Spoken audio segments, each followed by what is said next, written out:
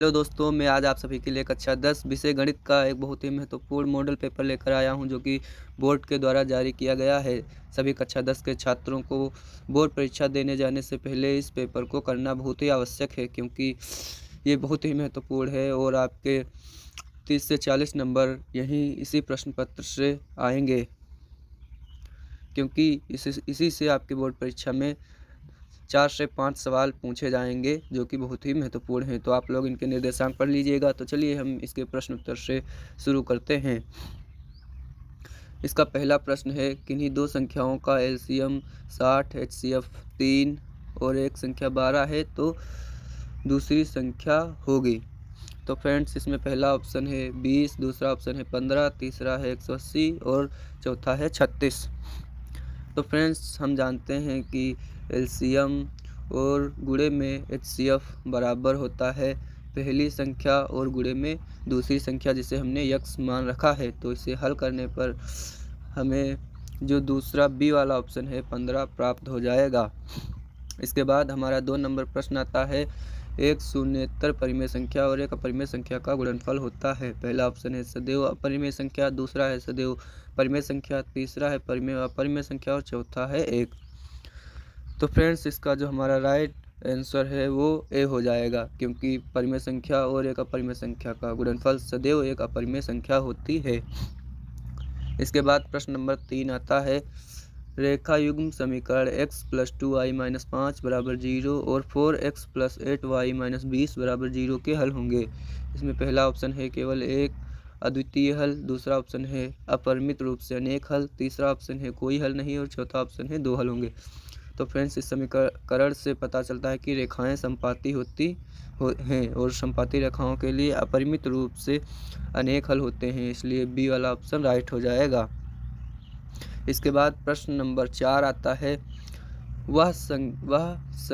सबसे बड़ी संख्या जिससे 70 और 125 को विभाजित करने पर क्रमशः शेषफल 5 और 8 प्राप्त होते हैं।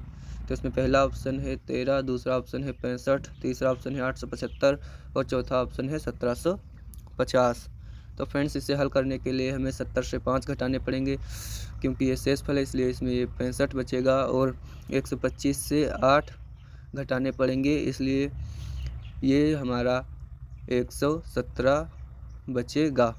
तो फ्रेंड्स, इसको जब हम हल करेंगे तो हमारा जो पहला ऑप्शन है वो 13 आएगा और यही राइट हो जाएगा। इसके बाद 5 नंबर प्रश्न आता है, 3 के प्रथम 5 गुणजों का योग है। तो फ्रेंड्स, 3 के प्रथम 5 गुणजों का योग ज्ञात करना है। तो 3 का प्रथम गुणज 3 हो जाएगा, दूसरा गुणज 6 हो जाएगा, तीसरा गुणज 9 हो जाएगा, चौथा गुणज 12 और पांचवा गुणज 15 हो जाएगा। इसे सोल्व करने पर हमें 45 प्राप्त होगा, इसीलिए हमारा ए वाला ऑप्शन राइट हो जाएगा। इसके बाद हमारा 6 नंबर प्रश्न आता है, द्विघात समीकरण 2x² - 4x + 3 बराबर 0 के बारे में निम्न कथनों पर विचार कीजिए। पहला ऑप्शन है दिए गए समीकरण के विभक्तकर 0 से कम है, दूसरा ऑप्शन है समीकरण के कोई मूल वास्तविक नहीं है, तीसरा ऑप्शन है समीकरण के विभक्तकर 0 है और चौथा ऑप्शन है समीकरण के मूल वास्तविक हैं। तो फ्रेंड्स, इस समीकरण का जो विभक्तकर है वो 0 से कम होगा, चूंकि विभक्तकर 0 से कम है, इसलिए जो मूल होंगे वो वास्तविक नहीं होंगे, इसलिए हमारा जो पहला वाला ऑप्शन है पहला और दूसरा दोनों सही हो जाएंगे। इसके बाद हमारा 7 नंबर प्रश्न आता है, AOBC एक आयत है जिसके 3 शीर्ष A 0,3, O 0,0, B 5,0 हैं, इसका विकर्ण है। तो फ्रेंड्स, इस क्वेश्चन का हल आपको कमेंट बॉक्स में देना है और जो इसका सही उत्तर बताएगा मैं उसका कमेंट पिन करूँगा। इसके बाद 8 नंबर प्रश्न आता है, यदि समीकरण x² + kx - 5 = 0 का एक मूल 1/2 है तो k का मान कितना होगा। इसमें पहला ऑप्शन है 2, दूसरा है -2, तीसरा है 1/4, चौथा है 1/2। तो फ्रेंड्स, इसे जब हल करते हैं 1/2 को x की जगह पर डालेंगे तो x² की जगह पर 1/4 हो जाएगा और प्लस k और x की जगह पर 1/2 हो जाएगा, और इसको जब दूसरे साइड में ले जाएंगे तो प्लस का 5/4 आ जाएगा। तो इसको हल करने पर इसको हल करने पर हमें इसका 2 उत्तर प्राप्त होगा, इसलिए हमारा ए वाला ऑप्शन राइट हो जाएगा। इसके बाद 9 नंबर प्रश्न आता है, 2 त्रिभुज समरूप होते हैं। पहला ऑप्शन है यदि इनके संगत कोण बराबर हों। दूसरा ऑप्शन है इनकी संगत भुजाएं एक ही अनुपात अर्थात समानुपाती हों। तीसरा ऑप्शन है उपयुक्त दोनों, और चौथा है इनमें से कोई नहीं। तो फ्रेंड्स, इसमें हमारा जो तीसरा अर्थात सी वाला ऑप्शन है वो राइट हो जाएगा। इसके बाद 10 नंबर प्रश्न आता है, यदि एक समकोण त्रिभुज ABC में कोण C 90 डिग्री तथा भुजा AC 3 सेंटीमीटर और BC 4 सेंटीमीटर है तो बिंदु C से जाने वाले माध्यिका की माप कितनी होगी। तो फ्रेंड्स, इसे आपको इस तरह से हल कर लेना है। इसमें हमें भुजाएं दी हुई हैं, ये A है, ये B है, ये C है, और ये जो कोण C है ये 90 डिग्री है, और यहाँ से एक मध्यिका डाली गई है कर्ण पर, जिसे हम एक बिंदु D मान लेते हैं। तो फ्रेंड्स, सबसे पहले हमें ABC त्रिभुज का कर्ण ज्ञात करना होगा। तो कर्ण बराबर लंब का स्क्वायर प्लस में कर्ण स्क्वायर बराबर लंब का स्क्वायर प्लस में आधार का स्क्वायर होता है। तो इसे ज्ञात करने पर हमें जो कर्ण है वो 5 प्राप्त हो जाएगा, और जो BD है वो हमें 5/2 प्राप्त हो जाएगा, और BC हमें पहले से 4 दिया हुआ है। तो इस प्रकार आप माध्यिका की लंबाई ज्ञात कर सकते हैं, क्योंकि ये कोण भी 90 डिग्री होगा, और यहाँ पर भी कर्ण स्क्वायर बराबर लंब स्क्वायर प्लस आधार स्क्वायर की प्रमेय लगेगा। तो इसे हल करने पर हमें जो सी वाला ऑप्शन 3.5 सेंटीमीटर है वो राइट हो जाएगा। इसके बाद 11 नंबर प्रश्न आता है, यदि sine theta minus cos theta बराबर 1 है तो sine square theta plus cos square theta का मान होगा। तो फ्रेंड्स, इसे आपको हल कर लेना है। इसमें पहला ऑप्शन है 1, दूसरा ऑप्शन है 3/4, और तीसरा ऑप्शन है 1/2, और चौथा ऑप्शन है 1/4। तो फ्रेंड्स, ये वाला क्वेश्चन आपका लॉन्ग आंसर में भी पूछ सकता है, क्योंकि ये बहुत ही इम्पोर्टेंट है और थोड़ा लंबा भी। यदि मैं उसे इस वीडियो में कराता हूँ तो यह वीडियो बहुत ही बड़ा हो जाएगा, इसलिए मैं इसका आपको आंसर बता दे रहा हूँ। इसका जो एक उत्तर आएगा राइट हो जाएगा। इसके बाद 12 नंबर प्रश्न आता है, साइन 2A बराबर 2 साइन A तब सत्य है जब A बराबर हो। तो फ्रेंड्स, इसका पहला ऑप्शन है 0 डिग्री, दूसरा ऑप्शन है 30 डिग्री, चौथा ऑप्शन है 60 डिग्री, और तीसरा ऑप्शन है 45 डिग्री। तो फ्रेंड्स, जब हम A की जगह पर 0 डिग्री डालेंगे तब हमें ये दोनों बराबर में प्राप्त हो जाएंगे, इसीलिए हमारा जो A ऑप्शन है वो राइट हो जाएगा। इसके बाद हमारा 13 नंबर प्रश्न आता है, यदि 4 गुणे टेन थीटा बराबर 3 है तो ब्रैकेट में 4 sine theta minus cos theta और बटे में 4 sine theta plus cos theta किसके बराबर होगा। तो इसमें हमें पहला ऑप्शन दे रखा है 2/3 के, दूसरा ऑप्शन दे रखा है 1/3 के, तीसरा ऑप्शन दे रखा है 1/2 के, और चौथा ऑप्शन दे रखा है 3/4 के। तो फ्रेंड्स, यहाँ से टेन थीटा बराबर 3/4 हो जाएगा, और जहाँ जो 3 है वो लंब हो जाएगा, और ये जो 4 है वो आधार हो जाएगा। तो इसे सोल्व करने पर हमें कर्ण 5 प्राप्त हो जाएगा। अब इसको जब हम हल करेंगे तो 4 इंटू में साइन थीटा का होता है लंब बटे कर्ण, और लंब हमारे पास 3 है और कर्ण हमने 5 ज्ञात किया है, और फिर माइनस कॉस थीटा। तो कॉस थीटा आधार बटे में कर्ण होता है, आधार हमारे पास 4 है और कर्ण हमने 5 ज्ञात कर रखा है, और नीचे में इन्हीं संख्याओं को, ये पॉजिटिव में है तो इसको पॉजिटिव में लिख देना है। तो अब होगा 4 गुणे 3 और बटे में 5 और प्लस 4 बटे में 5। तो इसको जब हम सोल्व करेंगे तो हमें सी वाला ऑप्शन अर्थात 1/2 प्राप्त हो जाएगा, जो कि इसका राइट आंसर है। तो इसके बाद हमारा 14 नंबर प्रश्न आता है, सेक A प्लस 10A और ब्रैकेट में 1 माइनस साइन A का मान होगा। तो फ्रेंड्स, जब हम इसको सोल्व करेंगे तो हमें इसका डी ऑप्शन cos A प्राप्त हो जाएगा, जो कि राइट आंसर है। तो चलिए मैं आपको इसे सोल्व करके बताता हूँ। तो सेक A प्लस 10A को जब 1 से गुणा करेंगे तब ये इतना का इतना ही रहेगा, अर्थात सेक A और प्लस में 10A, और जब मैं इसको साइन से गुणा करूँगा तब ये माइनस का हो जाएगा, और सेक A और इंटू में साइन ए हो जाएगा और फिर से माइनस में टेन ए और इंटू में साइन ए हो जाएगा। तो सेक ए इंटू में साइन ए 10 हो जाएगा, इसलिए प्लस का टेन थीटा माइनस का टेन थीटा कट जाएगा। अब हमें प्राप्त होगा सेक ए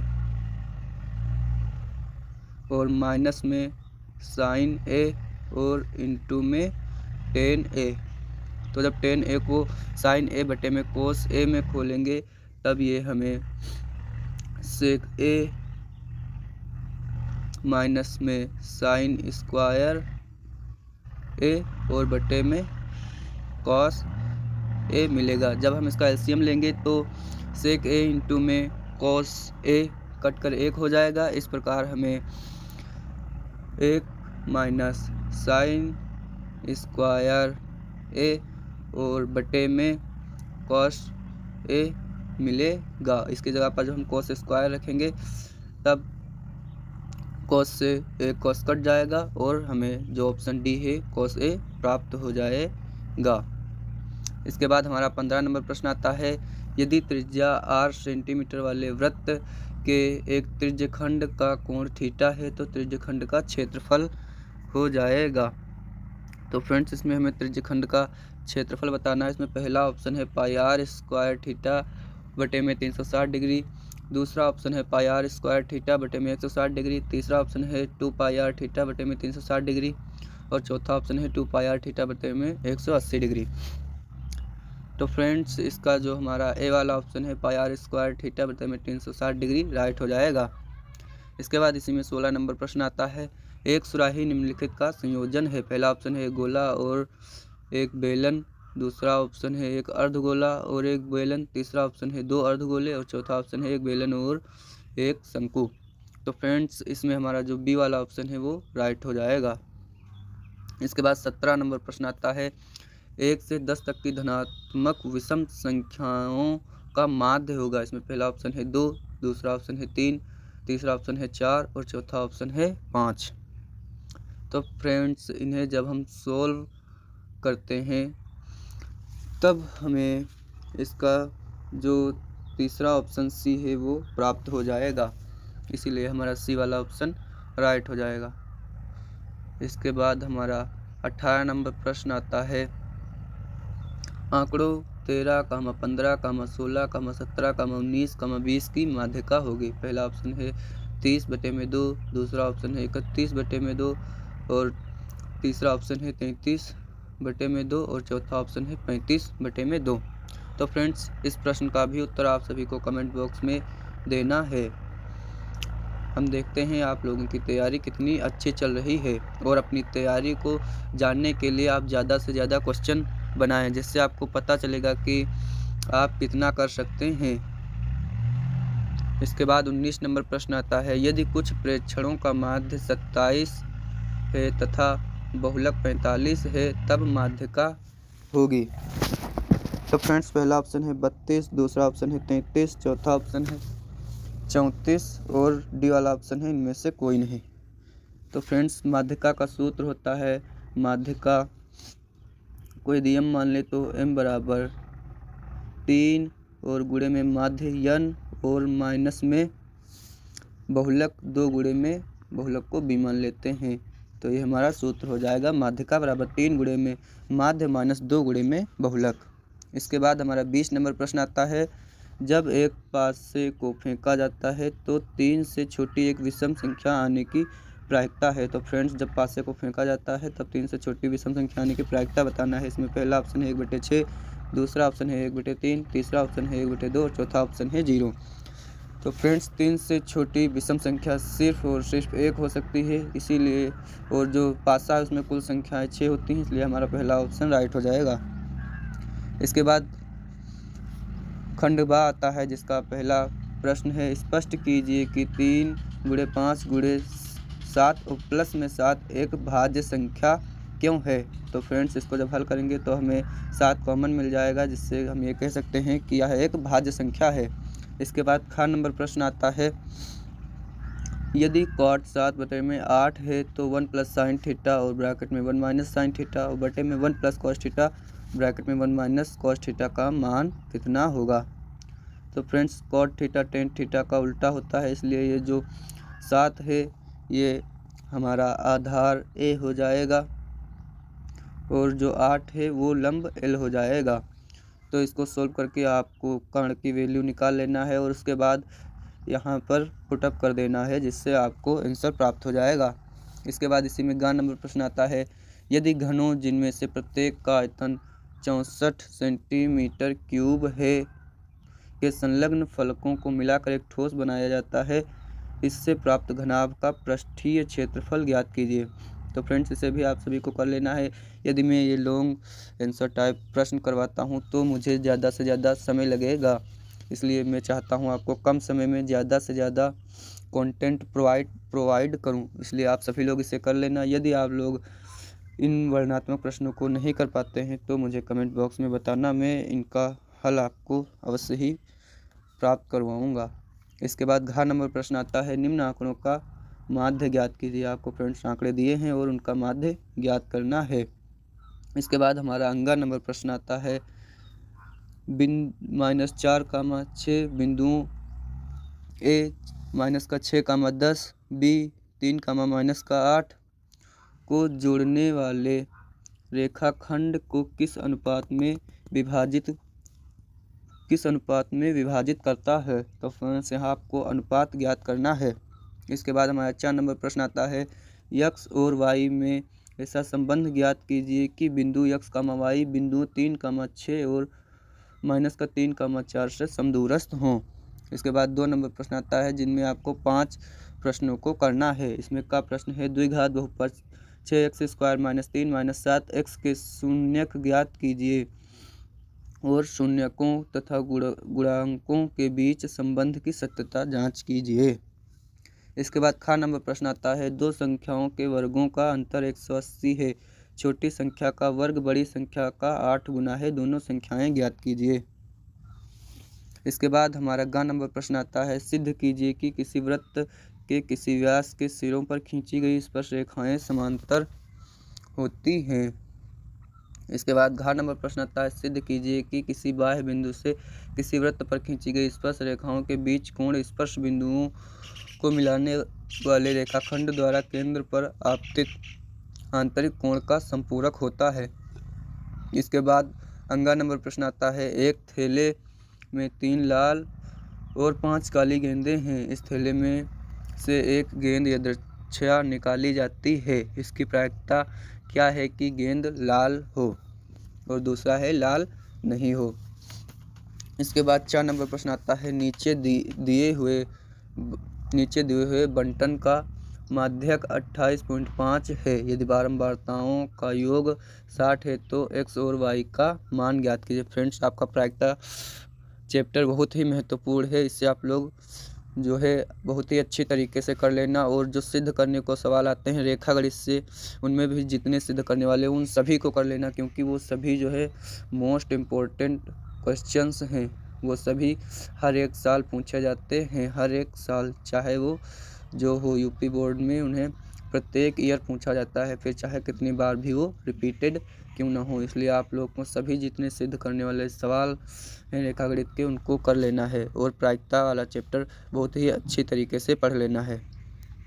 इसके बाद 3 नंबर प्रश्न आता है, 2 अंकों की एक संख्या एवं उसके अंकों को उलटने पर बनी संख्या का योग 66 है।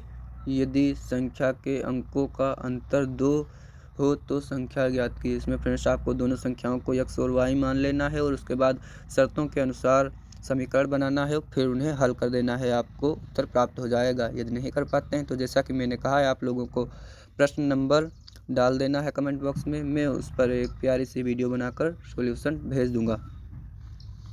इसके बाद अथवा में प्रश्न आता है, 5 वर्ष की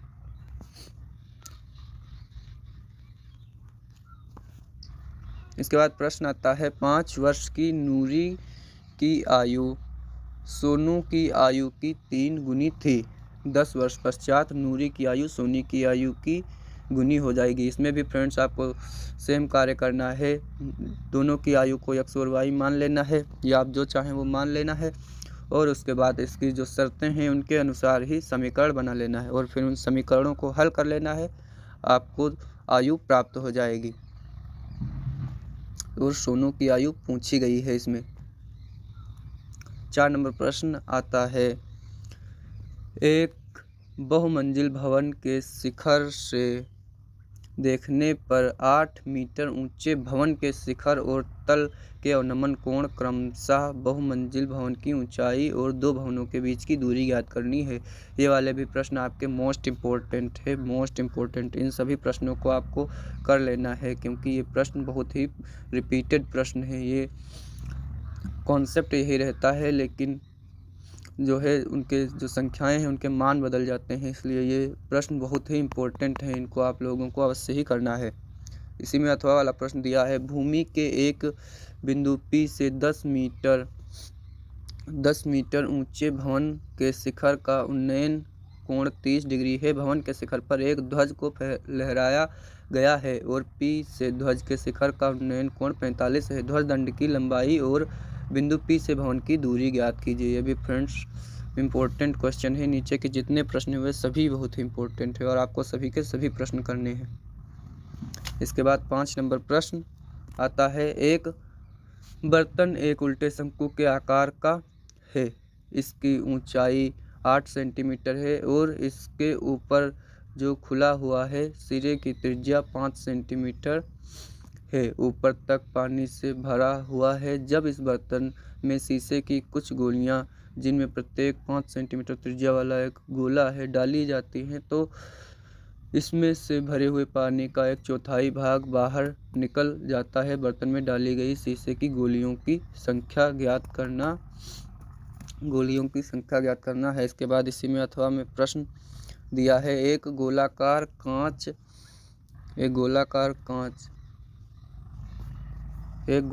कांच के बर्तन की एक बेलन के आकार की गर्दन है जिसकी लंबाई 8 सेंटीमीटर है और व्यास 2 सेंटीमीटर है, जबकि गोलाकार भाग का व्यास 8.5 सेंटीमीटर है। इसमें भरे जा सकने वाले पानी की मात्रा मापकर एक बच्चे ने यह ज्ञात किया कि इस बर्तन का आयतन 345 वर्ग सेंटीमीटर है।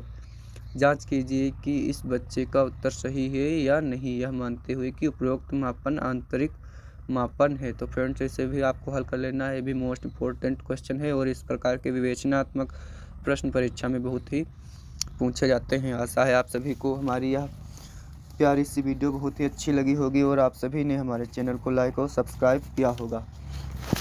तो क्योंकि परीक्षा आपको बहुत ही निकट है, इसलिए आप लोगों को ज़्यादा से ज़्यादा क्वेश्चन पेपर बनाने चाहिए और प्रैक्टिस करना चाहिए, क्योंकि यही कुछ दिन हैं जिनमें आपको पढ़ाई करना है अच्छे तरीके से।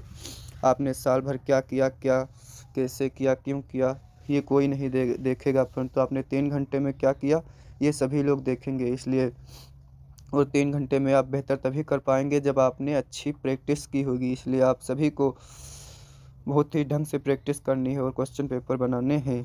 तो आप सभी लोग मेरे इस चैनल को अवश्य ही लाइक कर दें और सब्सक्राइब भी कर लें और हो सके तो अपने दोस्तों के पास भी भेज दें, क्योंकि एक अच्छा दोस्त वही होता है जो अपने दोस्त का भी अच्छा सोचता है।